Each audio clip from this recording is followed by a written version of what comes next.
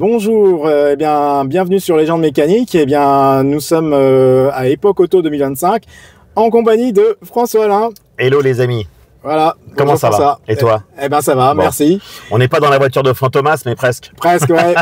Ben, en fait, cette voiture, je l'ai déjà vue à Rétromobile. On s'était vu au mois de janvier exactement. À Paris. Et puis, voilà, ben, en fait, justement, cette édition Époque Auto 2025.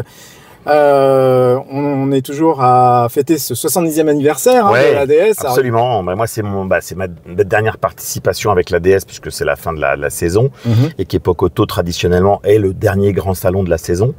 Et puis moi, je pars sur un autre projet en 2026. Oui. Mais voilà, c'était un bonheur de faire ce tour auto avec cette voiture qui reste une voiture totalement, je dirais, à part. C'est une voiture à part, ça se comporte à part, c'est un look à part, c'est une histoire à part. Enfin, c'est une histoire, voilà, c'est une auto particulière.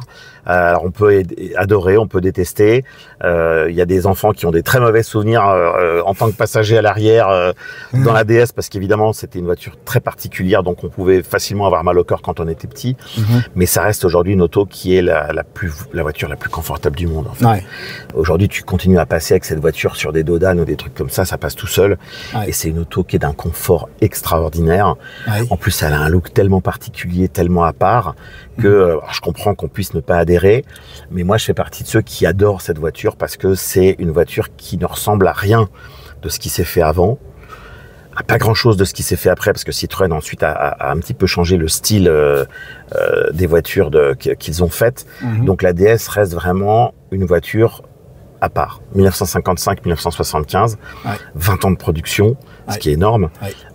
Et donc c'est une auto qui est devenue une icône, parce qu'en fait, cette voiture-là, c'est une voiture qui représente la 5e République, qui représente les 30 Glorieuses, qui représente l'époque De Gaulle, Pompidou, Giscard.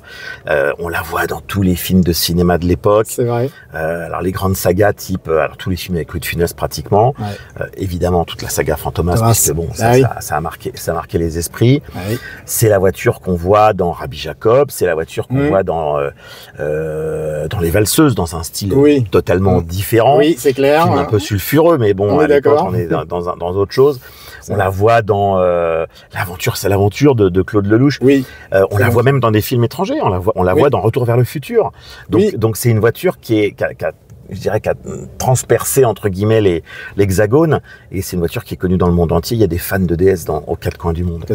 Donc ça reste une auto assez hors norme, assez géniale. Et je pense qu'une fois qu'on a conduit, parce qu'en fait je pense que c'est ça, une fois qu'on a conduit une DS, on s'aperçoit qu'on est dans un truc à part et que c'est une voiture spéciale qui ressemble à pas grand chose d'autre.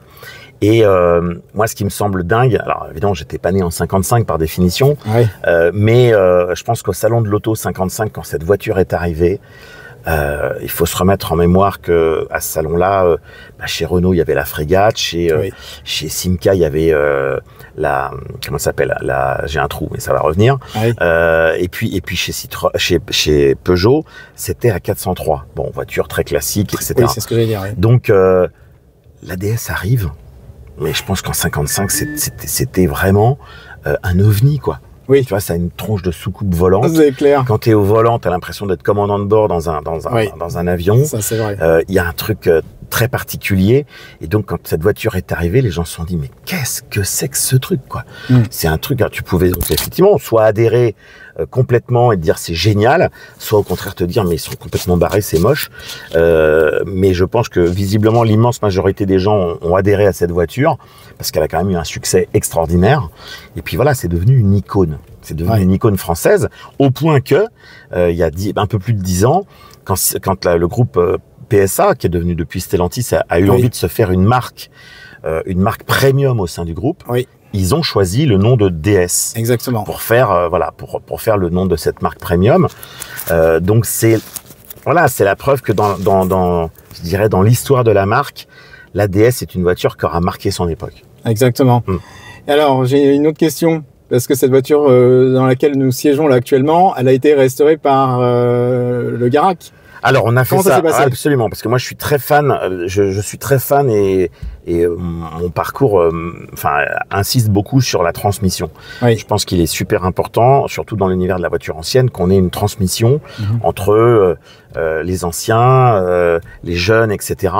Et moi, je suis très fan du Garac parce que c'est une école qui permet de passer les BP, les CAP, les bacs techniques, les BTS, dans plein de domaines liés évidemment à l'automobile et notamment à l'automobile de collection. Oui. Et donc moi je suis assez copain avec eux, je les ai fait venir dans des émissions de télé, on a fait pas mal de choses ensemble et j'y tiens beaucoup. Et j'ai un de mes fils qui lui aussi s'y est mis sur le tard d'ailleurs, qui a passé un CAP de mécanique, qui a été mon copilote, donc à ta place. Donc Oscar, pour le tour auto, puis on a permuté bien sûr, on a fait à peu près moitié-moitié, hein, donc j'ai conduit à peu près la moitié du temps et lui l'autre moitié.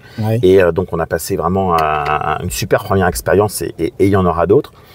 Et je pense que c'est hyper important parce que si on ne transmet pas cette passion, ça va être compliqué pour le futur parce qu'il y a tout un patrimoine à conserver, à restaurer, à entretenir. Et ça, c'est une vraie question. Donc c'est pour ça que moi je suis dans l'esprit et dans la volonté d'insister sur le fait que les collectionneurs, dans les clubs, on va pas se mentir, c'est vrai que forcément on aime être entre copains, se faire des balades, des sorties, des trucs. Bon, ok, très bien. Il faut emmener les enfants. Et pour ceux qui sont plus âgés, il faut emmener les petits-enfants. Parce que si on veut leur transmettre ça, et quand on voit un salon comme ici, comme Époque Auto, comme les autres grands salons, que ce soit à Paris, à Reims, etc., et d'autres, on est quand même frappé aujourd'hui. Et moi, j'ai suffisamment de recul aujourd'hui parce que ça fait longtemps que je suis dans les salons de vieilles voitures. On a suffisamment de recul pour s'apercevoir qu'aujourd'hui, il y a beaucoup de familles, il y a beaucoup d'enfants. Ce qui n'était pas autant le cas il y a 20-30 ans où c'était quand même un truc fréquenté que par des messieurs d'un certain âge. Aujourd'hui, il y a beaucoup plus de variété de public qu'il y a 30 ans, je trouve. Et donc, c'est bien parce que ça veut dire qu'on a ouvert. Alors, tout le monde y a contribué, la presse écrite, les magazines spécialisés, nous à la télé, les médias plus récents comme Internet et compagnie, les médias comme le tien. Voilà, tu vois, je pense qu'on est tous dans le même bateau et je pense que tout ça, ça a ouvert l'univers de la collection à des gens qui peut-être, il y a quelques années, se disaient « Oh là là, c'est peut-être pas pour nous, c'est un truc compliqué, ça doit être très cher et machin et trucs. » En fait, c'est faux. Parce qu'aujourd'hui, la collection, très sincèrement, tu peux rentrer dans le monde de la collection avec, je vais pas dire 3 francs 6 sous, mais presque. Il y a des tas de voitures comme, je sais pas, la 2 chevaux, la Coccinelle, qui sont des voitures sur lesquelles aujourd'hui, tout est disponible. Toutes les pièces sont disponibles. Et en plus, à des prix globalement très raisonnables. Donc aujourd'hui, on peut restaurer plein de voitures populaires. Tu vois, quand tu vois dans les allées, les Fiat 500, les 4L, enfin, des tas de voitures populaires qui sont positives parce que c'est des voitures qui donnent la banane. Quand tu te balades dans la rue avec une Fiat 500 ou avec une Cox, ça donne le sourire aux gens. Parce que ça rappelle une bonne époque, une époque positive, une époque heureuse. C'est des voitures populaires, donc sans chichi, qui amènent une sympathie naturelle.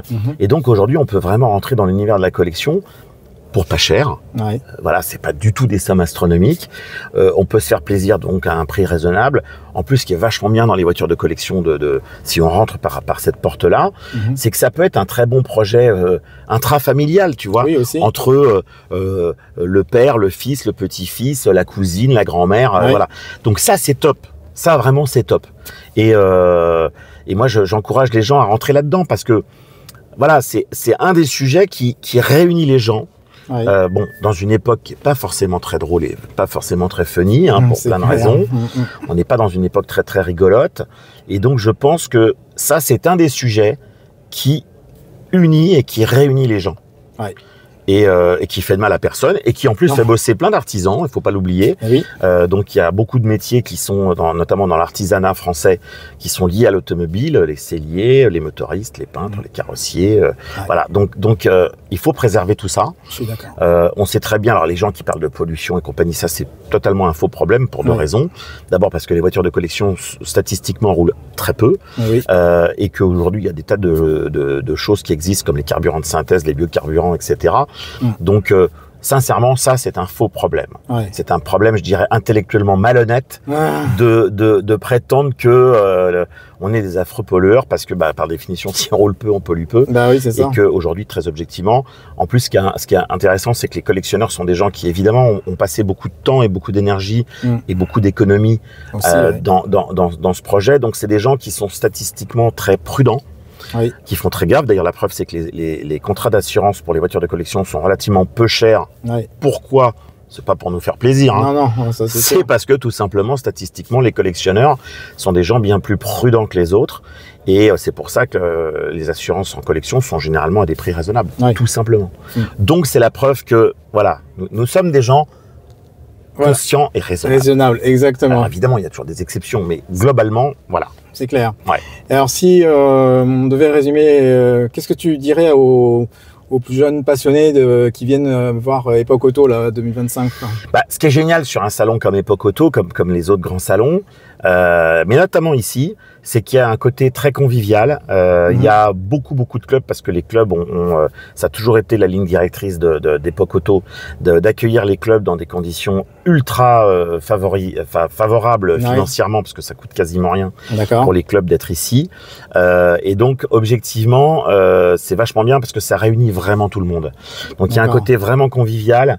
Les gens peuvent être là, ils peuvent là il y a quand même pratiquement toute la surface de Rexpo qui est énorme. Oui, est occupé par le salon. Je crois qu'il y a 800 ou 850 stands. C'est un truc de dingue. En effet. Donc il y a de tout. Il y a des spécialistes, il y a des marchands, il y a des clubs, il y a des rétrospectives, il y a des marchands d'accessoires. Il y a aussi tout l'univers parallèle. Il y a un peu de moto, il y a un peu de véhicules utilitaires, il y a un peu de véhicules militaires. Il y a un petit peu de tout. Il y a d'autres exposants, d'autres salons. Là, il y a les gens qui font par exemple le trophée, enfin la course des remparts à Angoulême. Oui. On a croisé hier les gens qui font Rétromobile à Paris. Voilà. Oui. On est tous dans le même bateau. Donc tous ces gens-là sont pas concurrents. Ils sont complémentaires. Oui. Et donc c'est ça qui est bien, c'est qu'il y a quand même des domaines où il y a toujours une espèce de guéguerre commerciale et concurrentielle. Là ici non, parce qu'en fait les différents grands salons qui se passent ou grands événements qui se passent en France concernent les mêmes personnes. Et on n'a pas forcément quelque chose, enfin ils n'ont pas forcément quelque chose à vendre, donc il n'y a pas cet esprit de concurrence, genre c'est mon ennemi, machin, pas du tout. Donc c'est formidable de voir justement d'autres salons qui ont un stand ici pour exposer et pour raconter ce qu'ils vont faire dans leur salon qui a lieu dans 3 mois, 6 mois, etc. Exactement. Et aux 4 coins de France. Donc ça c'est génial parce que on retrouve aussi les exposants, c'est pareil, les exposants, les 3/4, c'est les mêmes à Reims, à Rétromobile, dans les autres salons. Donc on est dans une certaine dans une grande famille. Dans une grande famille, voilà. C'est ça. On va positiver les choses, on est dans une grande famille. On est dans une grande famille, c'est ça qui est très agréable en tout cas. Voilà. Eh bien, écoute, François, merci beaucoup pour cette belle intervention. Avec plaisir, donc toujours prêt à répondre aux questions. Donc, je tiens à remercier François doublement parce que moi je suis un média pas très connu pour le moment, c'est clair. Mais écoute, l'important c'est d'être passionné. Ensuite, que tu aies beaucoup de followers, on s'en fout. L'important c'est d'être passionné. Exactement, ça c'est le mot de la fin. Merci à toi François. À très vite. Salut, ciao.